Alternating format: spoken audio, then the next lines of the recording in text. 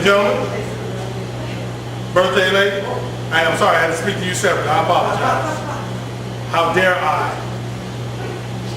Ladies and gentlemen, we are at that appointed time.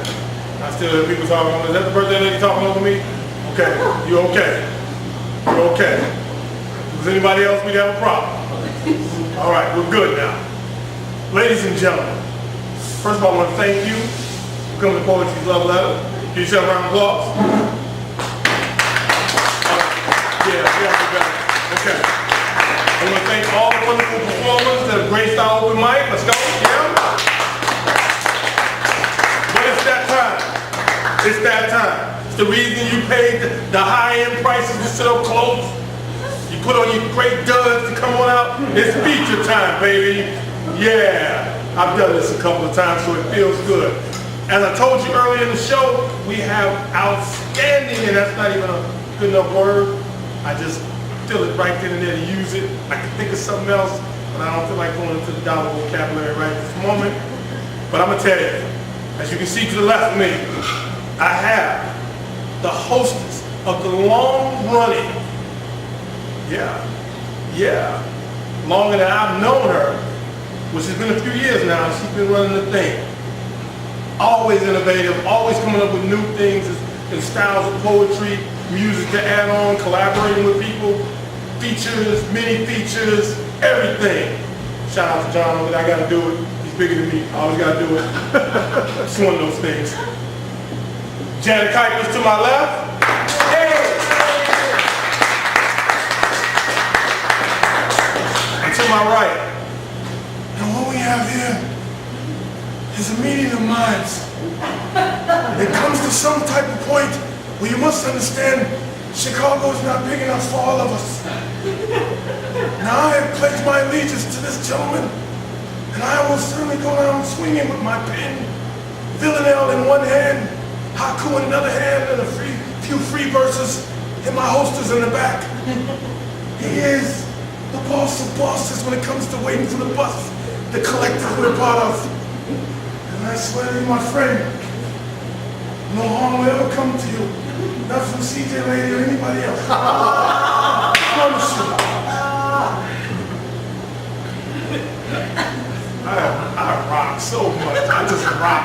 Ladies and gentlemen, my friend, co-founder of the incredible collective known as Waiting for the Bus, which I am a member of, Buddha309.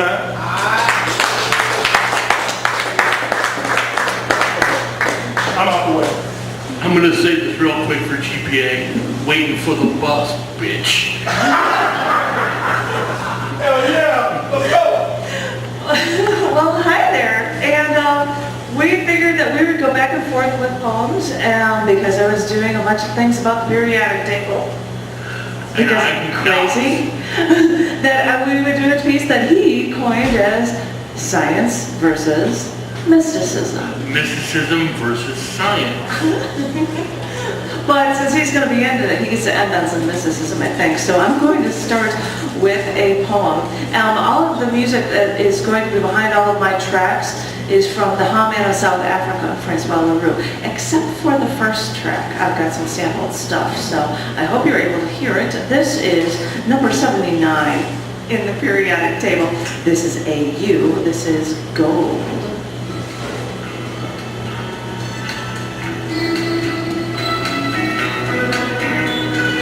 Golden lights displaying your name. When I saw you, I was so attracted to you.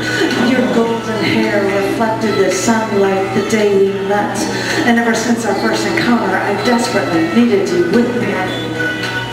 You bought me gold jewelry, and to this day I wear your gold chain around my neck, your gold ring on my finger. You were so soft, and you would do whatever I said, but somewhere on I saw that you would bend to me, and you seemed so malleable when it came to you and me. I left on my golden border would follow my choice I made when we were together. Golden lights displaying your name. Golden lights, it's It's a terrible shame, but you were like the glow of sunrise, and when we were together, you were coursing through my veins. You were so valuable to me. You were so precious to me. I would have consumed you if you had given me the chance. Golden slumber steals your eyes, but you never gave me that chance. And it was like the world was heartbroken as somebody came to your coffin to see their golden hair one final time. They called me a gold digger because before you were cremated, doctors took your gold fillings out. Now, I kept your gold wedding ring, too. I guess that makes me a gold digger, too. In my mind, you were perfection to me. You were the summit of everything that mattered to me. When I think of how pure you were, to this day, nothing tarnishes my love for you. And this is why, on some early mornings, I step outside and feel the glow of the morning sunrise to remind me of our never-ending love.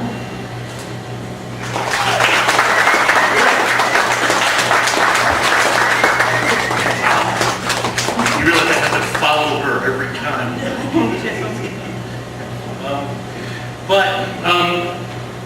People are probably wondering why I'm wearing Albert Einstein on my shirt when I'm defending magic. Albert Einstein was the greatest wizard of the 20th century, who said the most important thing that you can say, that imagination is more powerful than knowledge. And this is a quote from a favorite author of mine. I believe that imagination is stronger than knowledge, that myth is more potent than history, that dreams are more powerful than facts, that hope always triumphs over experience, that laughter is the only cure for grief, and I believe that love is stronger than death. Robert Fulghum wrote that. And this poem is called What Einstein Taught Me About Magic. Einstein told me that imagination is stronger than knowledge. I watched him cry as he split the atom, as he watched the bomb fall on Hiroshima. Dreams are best served without shadow-painted windows. Too many hours with flame and incantation, wasting faith, trying to turn lead into gold, asking the universe for 3 wishes and a handshake like a genie from the lamp, has hardened our faith, turned our stomachs, twisted our brains like 24-hour news coverage. I believe that history is more potent when it's simmered in a touch of myth.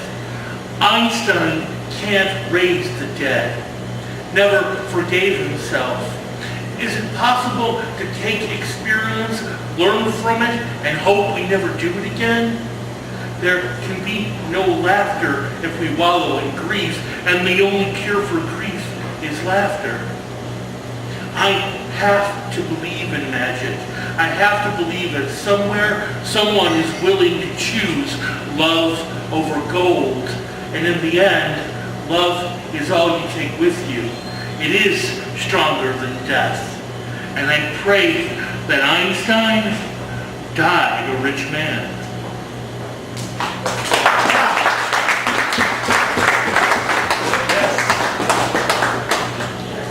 Your turn. I might as well applaud you.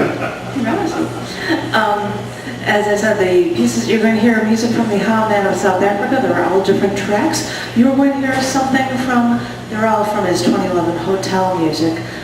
This is a track of his that is titled You Are Here at Last, which I thought was really appropriate if you listen to this poem. This is actually a second one I've done for number 8 in the periodic table, Nitrogen in My Veins. You left me nothing. You just left me. And now, wait a minute. I'm a journalist. So all I could do was turn my fingers black, scouring the newspapers, searching for any news about what happened The ink from that paper crept around my fingernail, trying to work its way under my skin. I could feel that darkened soybean oil, that petroleum oil creeping its way into me. I could feel that nitrogen from that petroleum oil piggybacking on that hydrogen, carbon, oxygen. I could feel that nitrogen butting that sulfur out of the way, pushing its way past the only trace amounts of nickel and iron. Those trace amounts couldn't stand a chance against that power of that nitrogen, that power to spill the news out to the world. I ran my hands through those newspaper pages. I felt that ink seep under my skin. I felt that surge of that nitrogen in my veins. I know they use liquid nitrogen to fuel cars to make them go at stellar speeds. And I know that people take nitrogen to give their bodies added strength. So, journalist or not, maybe this is exactly what I need. I'll scour those pages. I'll let that nitrogen seep into my veins as I look for any way to get you back. Besides, all that ink is in me now. That nitrogen has given me an impetus so that you can read all I've got to say.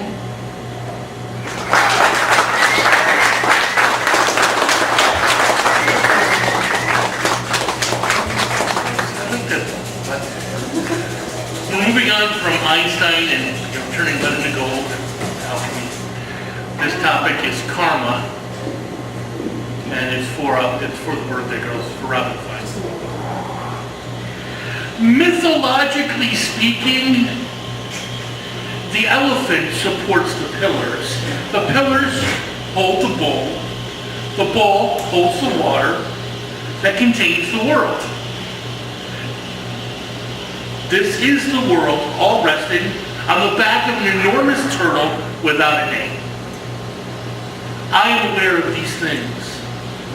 This morning I woke up from a dream. I was talking to a turtle without a name. He slowly lifted his great head in an attempt to warn me about the consequences of karma. A flaming rock cracked open his skull and released the butterflies of chaos. I hate these premonitions. My significance, cosmically speaking, is that of a mosquito among 7 million other mosquitoes, each and every one carrying a loaded agenda. Speaking in cliches, we have been warned.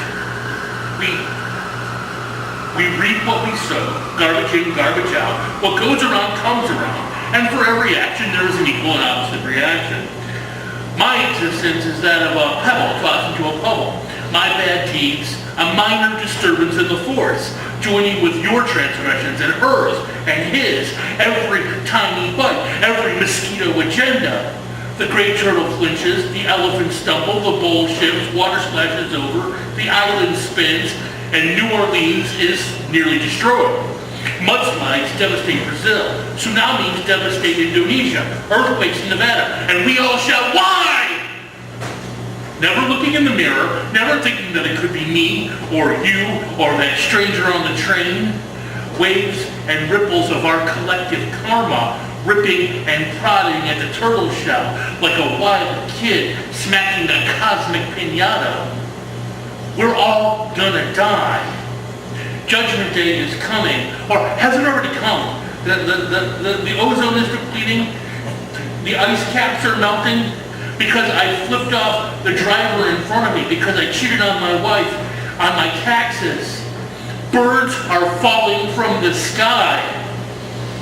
I forgot your birthday again, and it won't stop raining. And I'm sorry. The elephants support the pillars. The pillars hold the bowl holds the water that contains the island. This is the world, all resting on the back of an enormous turtle without a name. I am aware of these things, but often forget the turtle is standing on me.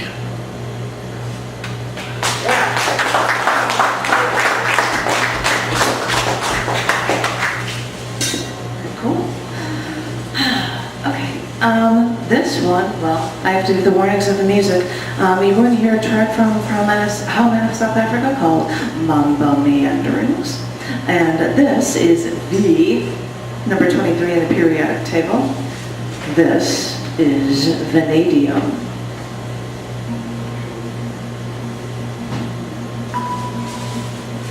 I've been going out with my boyfriend for like 5 years now. And when he took me to prom a few years ago, his bulging biceps almost made his tuxedo sleeves burst. And I know he spent like 4 hours a day lifting weights. I know he drank raw eggs and took all sorts of drugs so that he could be the biggest. But every girl I knew did a double take all agape whenever he entered the room. And it was the coolest thing, climbing into his truck with the awesome exhaust with the cool flames that were painted down the sides when he would take me to the movies or drop me off for my cosmetology classes. Now, I always thought it was kind of weird that he would take different drugs to bulk up more, but he would swear that they were legal.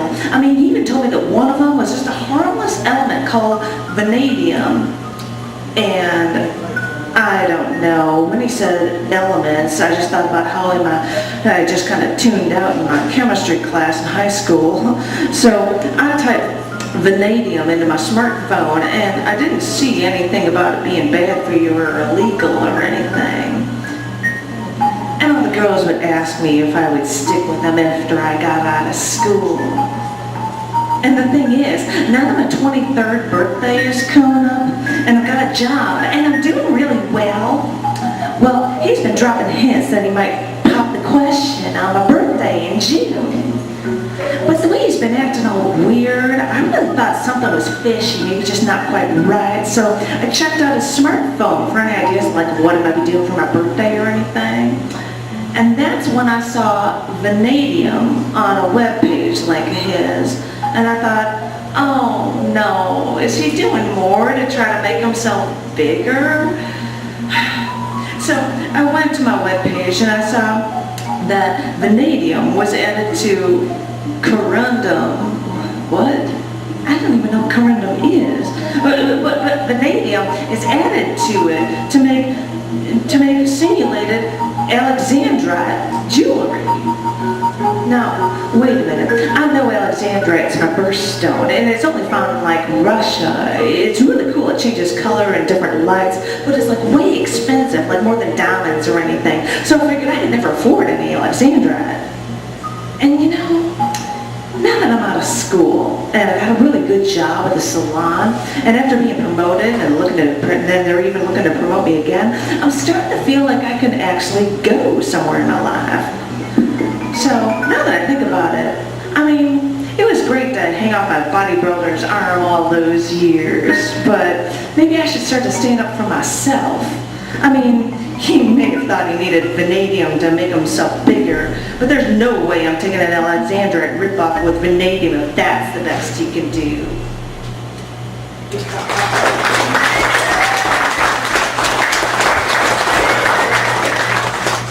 Help with my volunteers in the audience.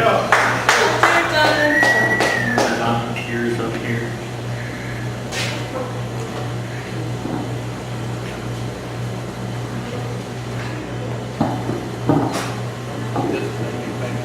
Got number one. Maybe we should line up in order. It's in order. It's on the floor. It's on the view. You're number one. You're number one. Number one in the corner of your card. Oh. Oh. Yeah. Of course. Can you use the mic or you cannot use the mic? Oh, for abuse fire that would ascend the brightest heaven of invention, a kingdom for a stage, princes to act, and monarchs to behold the swelling scene. Shakespeare, Henry V. Say that again. Ice slush.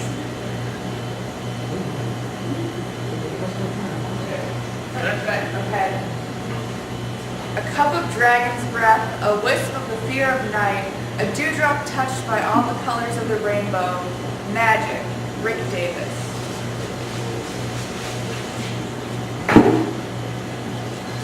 We are stardust,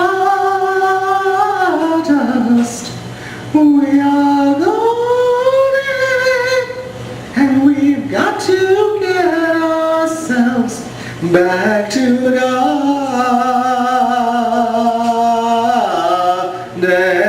Joni Mitchell, of course. Heart is of the river, body is the mountain, spirit is the sunlight. Turn the world around. Harry Belafonte. Yeah.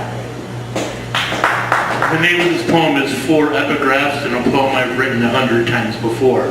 Those were the four epigraphs.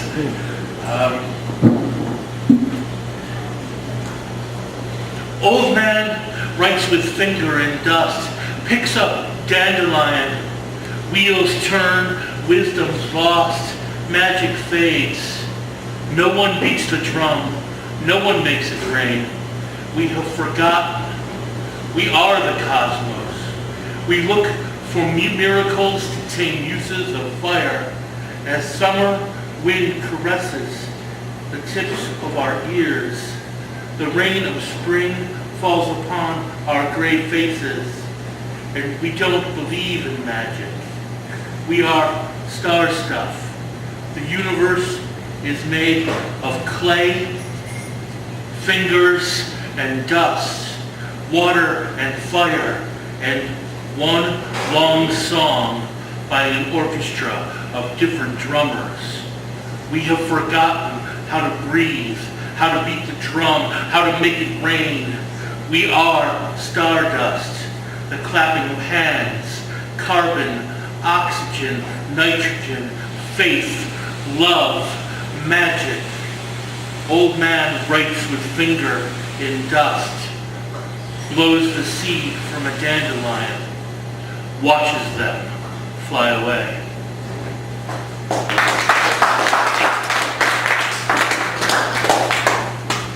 He did a shout out to my elements in that one, and I thank you for that.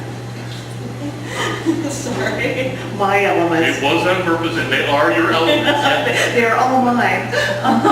The music that you were going to hear in the background, because I got tired of talking about love in these past ones, so I thought I'd go to a love of mine and go to astronomy stuff. This is music from the Holland of South Africa in the background called Grasshopper Play, and this is, oh, he thought this was funny when he heard this title. The second time I've done carbon, but DNA and carbon in asteroids. Oh my.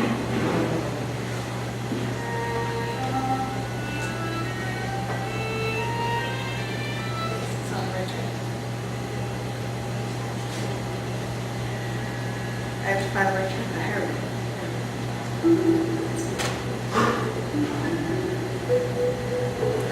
You know, us carbon-based life forms always wonder where we came from, how we got here.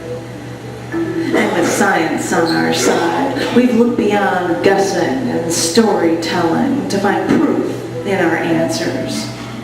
And still, we look beyond what we know around us to find out how we were formed here on Earth.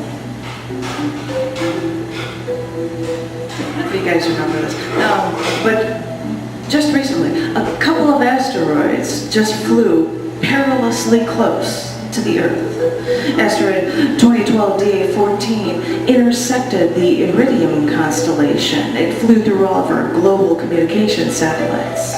An asteroid turned meteor blew up over in the mountains, above the Ural Mountains, and every Russian on the road filmed the sky explosion with their dashboard cameras before, of course, the sonic boom shattered windows everywhere and injured over 1,000 people. And you know, over 2/3 of our planet is covered in water. I mean, just think of all the impacts we're missing out on. I mean, our news feeds don't come from the middle of the ocean, right? So, And so we seem to think that all these stellar explosions are becoming more and more rare because our planet is packed with massive impacts from the Earth's early history. But now that these scientists have been scanning the skies and studying the meteors buried in Antarctica, they've learned that many asteroids and meteors colliding with our planet's crust actually carry adenine and guanine. Asteroids carry major structures that form DNA. Meaning it's very possible that throughout the Earth's early history on Earth, the asteroids collided with this planet, leaving their carbon-rich DNA structures behind to help start life and populate the Earth. I mean, scientists have always wondered how the elemental sextet of life, carbon, oxygen, hydrogen, phosphorus, nitrogen, calcium, how did these elements get together in just the right way to create Earth's carbon-based life forms? I guess it would help that primordial soup if some asteroids brought along a little bit of DNA so that some of our building blocks came ready-made. Astronomers say that we're all made out of stardust because all of our atoms originate from the explosions of stars. But for this carbon-based life form, it's cool that some of these asteroids and meteors carried our carbon and maybe some of our DNA here to planet Earth to jumpstart our creation and get our genetic gears really going.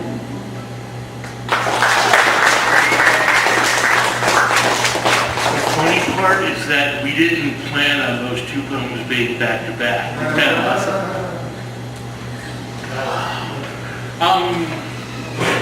How we doing? Right. How many of you were raised Catholic? Yeah. Right. Before Vatican II, if you were born left-handed in Catholic families, parents and nuns would try to make you right-handed. Right? This is a poem called Left-Handed Boy. Left-handed boy sat in Sunday school in the summer of 1955, learning prayers in Latin, never knowing what the words meant, signing his name with his left hand, being rapped on the knuckles. Only bad boys use their left hands. That's what sisters Mary, Anne, Frances, Phyllis, Teresa, Prudencia, and Bruce would say. Left-handed boys didn't go to heaven. Left-handed boy went home, his arm masking tape to his side, hoped God would smile as he sat in a Skinner box trying to write with his right hand, and numbers became inverted. Thoughts were convoluted. Left-handed boy learned that sinister means left, and left meant evil, and evil was part of the devil, and the devil makes really good cake.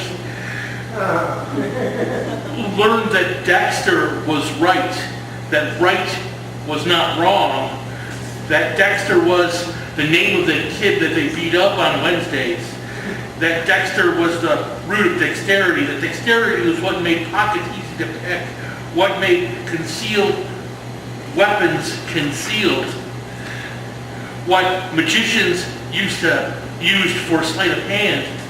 Magicians are in league with the devil. That's how magic works. So sat sinister left-handed boy in a dexterous quandary, forced into right-handedness, forced out of his right brain, right mind, right decision, and the right-handed room is too small, and on the wrong side, like a hero pretending to be bad, like the Green Hornet with a super secret identity, but it doesn't matter. All the nuns say only right-handed boys go to heaven, and as hard as you try, you can't keep secrets from God.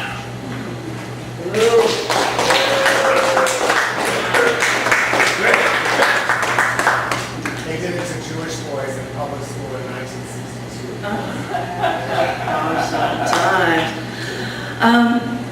Well, that's awesome, my sister. Well, never mind, I won't talk about left-handed anymore. This is the last piece, and yes, it's about science and the universe and such, and I hope you like it. This is number 5 in the periodic table, B, which is boron.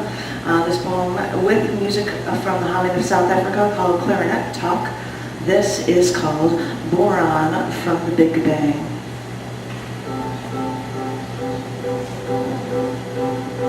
The Higgs boson, the Higgs particle, the God particle, as some have called it. It's an elusive elementary particle theorized about for nearly half a century. They call it the God particle because it might have created all matter. You see, scientists are trying to figure out how the Big Bang started to evolve. You see, the theory is that all of the universe's energy was created from this massive explosion from nothingness. But the question remains, how did any of that energy turn into matter? Because during the first few minutes of the universe after the Big Bang, the temperature was so hot that it was too hot for any binding energy that could have supported any matter, from hydrogen or even its isotope deuterium. So, with temperature so hot, this bottleneck delayed the formation of anything until the universe was cool enough to make anything out of anything. But just a few minutes after the Big Bang, elements burst forth because the universe suddenly got cool enough.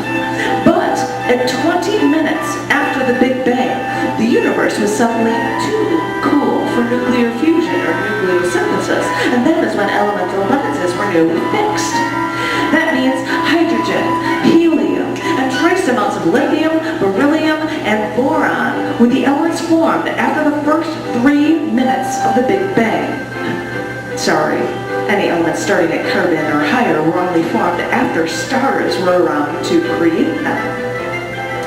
So, the creation of matter out of energy during the formation of this universe only happened in an insanely brief period in this universe's history. Was it just the insanely hot temperatures in this insanely short period that did it? And what does this have to do with the Higgs boson particle anyway? Well, scientists believe the Higgs particle is a part of the Higgs field, an invisible field of energy throughout the entire universe. That Higgs particle interacts with whatever energy passes through the Higgs field. And this interaction with it, particles, massless particles, they trade some of their energy to gain mass while passing through. And this Higgs field in the beginning of the universe helped create matter, which helped create us. Higgs helped create matter, including the first elements in the universe, from hydrogen to the comparatively heavy boron. Yeah, 5 electrons is heavy in the formation of the universe. Yeah, boron, which helps keeps our bones strong. Boron treats osteoarthritis. Boron builds muscles. And when it comes to understanding this science, it even improves our thinking skills. We've known boron for thousands of years, from the deserts in Tibet to China and glazes, through to Persia, before it got to Italy, where it was used for medical purposes. Well, knowing how long we've used borax for cleaning, or even the boron's used to make the strongest magnet ever made, it's nice to know that we also understand how this infancy of the universe element is vital in everything in our lives, from our muscles and bones to the very creation of the universe. Yeah, it's cool to see how scientists are starting to piece together how matter came to be in this universe. Because without that Higgs field, and without that Higgs particle, energy would have never turned into elements like boron, or create anything like even create us.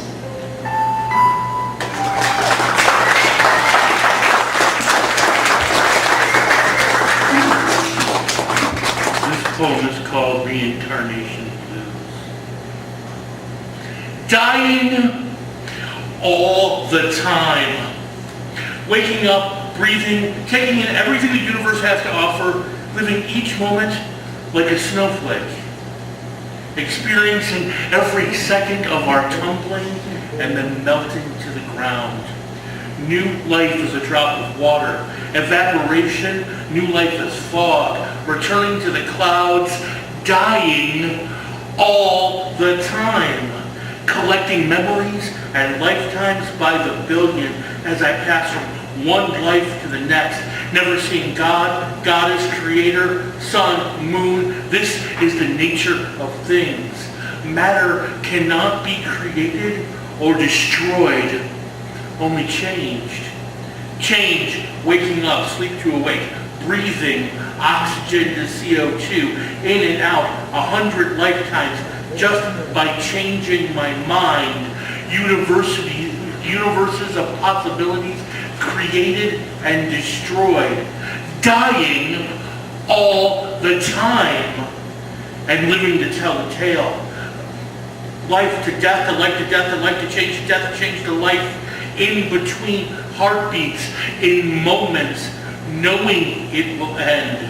They say you have but one life. Don't waste it. I have 1,000 a day. I probably waste them all. Such is the nature of change. Dying all the time, but choosing life. Yeah.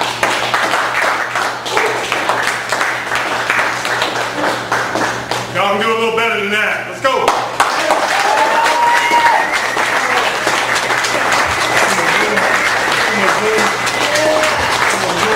Wow, you don't need to zoom into that. I want to thank our wonderful features, Janet Kuypers.